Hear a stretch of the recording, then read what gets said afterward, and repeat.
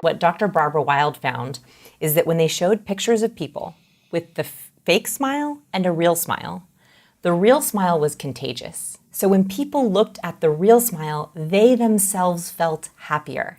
When they looked at the fake smile, they felt no mood change. Interesting. So the reason why that's important is I think that we think about like, oh, I want to show up, I want to be really my most confident self, but what we don't realize is that our cues are contagious. Yes. That if you show authentic happiness, you are more likely to infect happiness. Actually, there's one more face cue I want to talk about. So this is the cue that sort of started me on this crazy journey, and it got me. I'm a recovering awkward person, as you know. So this gave me a lot of relief. Introvert, awkward person, social anxiety, all the good things.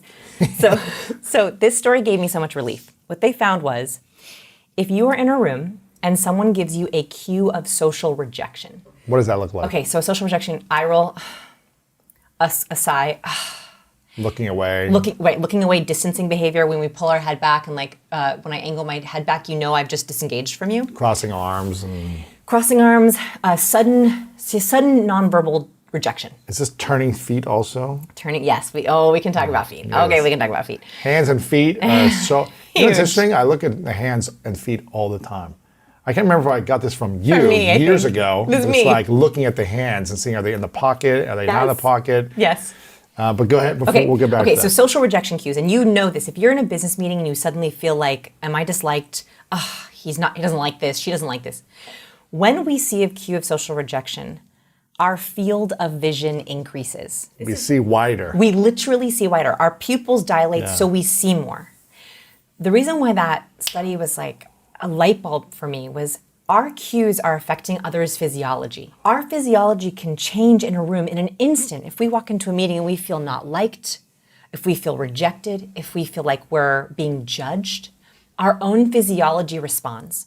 So if we're in a room and we're not feeling confident or in control and someone sends us a cue of rejection, one, you want to know what those are because it makes your field of vision bigger so you can see who else is sending me a cue, what's my escape route. That's literally what your body's trying to do. Yeah. Ups your adrenaline, ups your cortisol. And no one can think well. Adrenaline, cortisol. That's why in a meeting, it can go downhill so quickly. Yeah. You're in a presentation, you prepared all week. You're like, And then you're like, oh, he just rolled his eyes. Oh, she just turned away. Oh, I just saw a weird foot movement. And then you lose your spot, you blank out, and the rest of the presentation goes badly.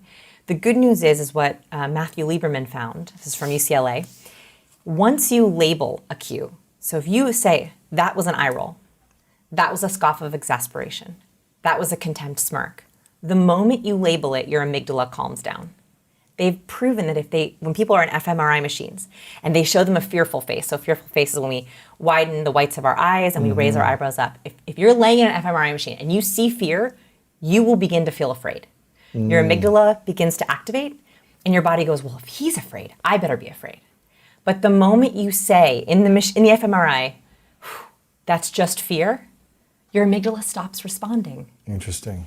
So I think I've had a really hard time finding confidence. It's been a long lifetime journey. The way that I've sort of backdoored into confidence is control. If I can control the cues that are being sent to me, if I can control the cues I'm sending to others, it's a secret backdoor into confidence. How do you control someone else's cues? You label them and respond appropriately. So you can't control how they act towards you, but you can control how you react to it, how you interpret it, how you transition afterwards. Yes, like you can, first by labeling it, you just controlled your own physiology. So if someone sends you a contempt, an eye roll, you just took control. You took control back of, nope, I see it, I spot it, I'm disengaging it. You know, in the vulnerability world, when you label the shame, when you speak about the shame, when you bring it to the light, it becomes less scary. It doesn't stay stuck inside of you. So even just acknowledging it is a helpful tool to process shame or, I guess, and fear social of rejection. Social rejection. It's the same, actually. So for vulnerability, yes, you're afraid, you acknowledge it, it makes it less scary. It's the same thing in social settings. Dates, professional situations, negotiations, interviews. The moment you say, okay, I just heard an exasperated tone of voice, or I just saw a lid flex. That's the one I want to talk about next. A what flex? I know. A lid flex? A lid flex. Is that an eyelid? Yes, it is. Like a twitch or what? Okay. So here you asked, how do we control? Oh yeah, that's it. You just did it. Okay. So you know Zoolander? Yes. You know the blue steel? Of course. Okay, that is actually a lid flex, right? So that's a right. It's if you're listening right now, harden your lower lids and then your lips. That's what blue steel is. The funny thing about this cue, it's ridiculous. I know you're like, where are you going with this, No, Vanessa? it makes sense to me because it's like, prove me. You're like, someone's doubting you. Oh, you just got it. Of Okay. course. So what's funny is in fear, our eyes widen. So if you widen your eyes as wide as possible so you can see the whites, I can take in way more of my environment. When we're afraid, we want to see as much as possible. When we are trying to see details, universally across cultures, we have to lessen the light coming into our eyes. So we squint. The focus. We focus. So if you were to try to see that dot over there on the wall, you harden your lower lids. And that is because scientifically proven, when we harden our lower lids, it reduces the amount of light and we can see more details. So Gotcha. I can see the details on that camera better when I lower lid flex. Squint, yeah. This is why if you open People Magazine's Sexiest Man Alive, on almost every page, along with a flexed bicep, are flexed lids. And that is because Really? women find a flexed lid, so attractive. When they, So attractive. so an open lid is not sexy. No, is it sexy? A flex lid is. No, yes, because why? Women and men both want partners who are deeply scrutinizing, who are deeply looking at them. So if I'm sitting when talking to you and I go, oh, really? I just showed you, wow, that was super interesting. In fact, when we flex our lids, we're going from just listening to thinking deeply. Interesting. We're literally trying to see something better. So if you're in a negotiation or on a date or with a friend and they go, really? And they harden their lower lids, you are like, ooh, ding, ding, I just hit something good. And so the other way that we control cues is, okay, let's say that and this actually happened to me, so this is a story I share in the book. I was in a meeting with a very high-powered exec team, and if the presentation went well, they were gonna invite me back for more presentations. So the stakes were very high, and it was a small group, and I was in a particular part of my presentation talking about chemicals. And I noticed an executive across the room flex his lower lids at me, kind of flex his lower lids. He's looking at the slide, and I was like, okay, what's happening? He just went from listening to scrutinizing. And so I paused with a small group, and I said, all good? Any questions? And I literally looked right at him, and I opened up my palms, and I said, any questions? So this is the universal signal for openness. It literally means I want to receive. I'll share anything you are. Yes. Yeah. It's literally like, let me receive, let me be open to you. And he went, yeah. I do have a question. And at the time I was teaching about oxytocin.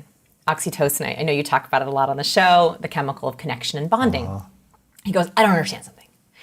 Isn't oxytocin what they give women to induce labor? And I'm like, you are right, sir. They do give oxytocin, and that's because it's so powerful that it can induce labor. Interesting. But in our position, it's for social bonding.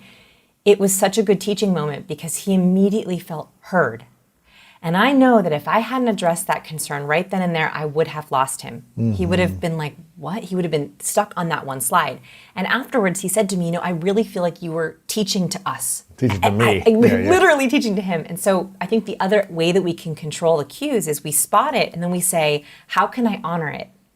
Like that's the gift that we can give people is I can be sitting with someone and say, I want to listen to you so deeply.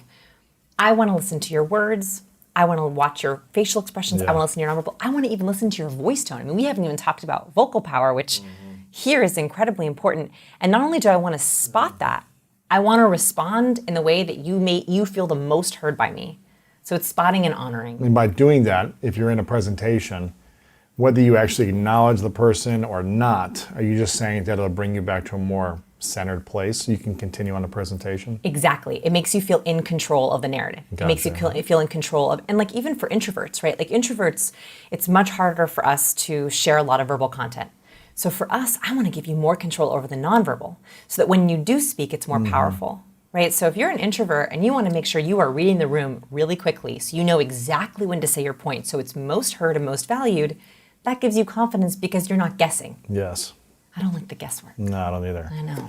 You see a lot of these videos online talking about how charismatic someone is based on the way they smile, their eyes, the tilt of the chin, or all these different things. Is it important to be charismatic? Let's talk about that first. Yes. Is it valuable and more important to be charismatic versus less charismatic? Less... To the point. Yeah, credible. Just to the point competent. or neutral energy. I mean, what's more valuable in society in accomplishing goals and getting what you want? Okay. Very charismatic or neutral? Neutral. Okay, so this is the biggest mistake I think facing really, really smart people. I think really, really smart people, and this is most of my students, they're like off the charts, smart, creative, brilliant. They make the mistake of thinking, if I have enough book smarts, if I have enough technology smarts, I don't need the people smarts. Now, here's what research from Princeton University found. I'm so excited for this. Yeah, okay. Because I already know what you're going to Okay. say in a sense, yeah. Okay, so this study completely changed my work and changed my life. It was done by Dr. Susan Fisk in 2002, and since then they've been able to replicate it and build on it and build on it. So this is very solid research. What she found, very highly charismatic people have to have the perfect blend of two traits. And this is where it's really, this is why highly charismatic people are so unique. And this is why we love them so much. To be highly charismatic, to be compelling, to be captivating, you must have a perfect blend of warmth and competence. And we talked about this the very, very first time we met, but since then, so much more has come out about it. Very, very smart people make the mistake of showing up as all competent. They try to blow you away with their numbers and their facts and their stats and their data, but they're seen as cold. Yeah. They're seen as intimidating. On the other side, you have people who are highly warm. They have competence, but there's not a balance. They show up as highly likable, highly friendly, but they're interrupted. They're told that they're not being taken seriously. They're not credible. Right. Yeah. People forget having met them before. And so I think that most people problems, I'm even going to say all people problems. I mean, all people problems stem from an imbalance between your warmth and competence. And so not only do I think that charisma is essential for being successful, I actually think it's the only way that people will be open to your competence. So you could be all the book smarts in the world. Yeah. You could have the highest IQ and remember everything on any test, or you could be an encyclopedia of wisdom and Yeah. information. But what I'm hearing you say, if you don't have charisma, at least some of it, then people won't take you seriously, or they won't care as much, or they won't be as engaged. It's not just engaged. There's two questions that humans ask themselves about the person they're with. And this happens immediately in every interaction. By the way, video too. We forget that this is not just in person. This is happening the moment you pop on video. It's happening the moment someone opens your LinkedIn profile. I did a whole bunch of research on LinkedIn profiles specifically because that's where a lot of our first impressions Yeah. are happening. Okay, when people see your LinkedIn profile, when people see you on video, on Zoom, the first question they ask themselves, and it is chronological, the first question they ask is, can I trust you? Basic instinct, are you going to be my ally or my enemy? Can I trust you? The very second question they ask is, can I rely on you? So when you're in a meeting, on a date, in a call, in a pitch, a negotiation, on LinkedIn, the two signals that you want to cue people with as quickly as possible is, yes, you can trust me, and yes, you can rely on me. The problem is that most professionals right now are going mute. So I don't know if you've noticed this, but it feels like in the last 5 or 10 years, we've gone towards ambivalence. You know, we've gone towards, I'm not going to show anything. I'm going to be as professional and sterile as possible. And so we've taken out cues from all these assets, and then people have a really hard time trusting us. I don't want to tell you everything about me. I don't want to be an open book. It may not be a lie, so by omission. So in a meeting, if somebody's pitching me a project or I'm talking about something, I don't like it or I don't like the direction it's going, I may not say I don't like this. I may say thank you, let me think about that.